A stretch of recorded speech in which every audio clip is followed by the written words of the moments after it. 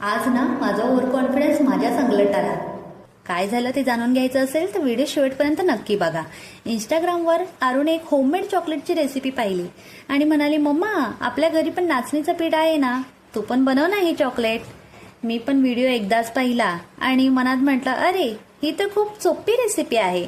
मग काय, काजू, बदाम, मखाणा आणि नाचणीचं पीठ छान भाजून घेतलं. सगळं मिक्सरमध्ये टाकलं, पण माझं मिक्सरचं भांडं छोटं आणि मिश्रण जास्त, त्यामुळे काही केलं ते एकजीवच होत नव्हतं. मग दुसऱ्या भांड्यात काढलं आणि तेव्हाच आठवलं, अरे गूळ तर टाकायचंच राहिला.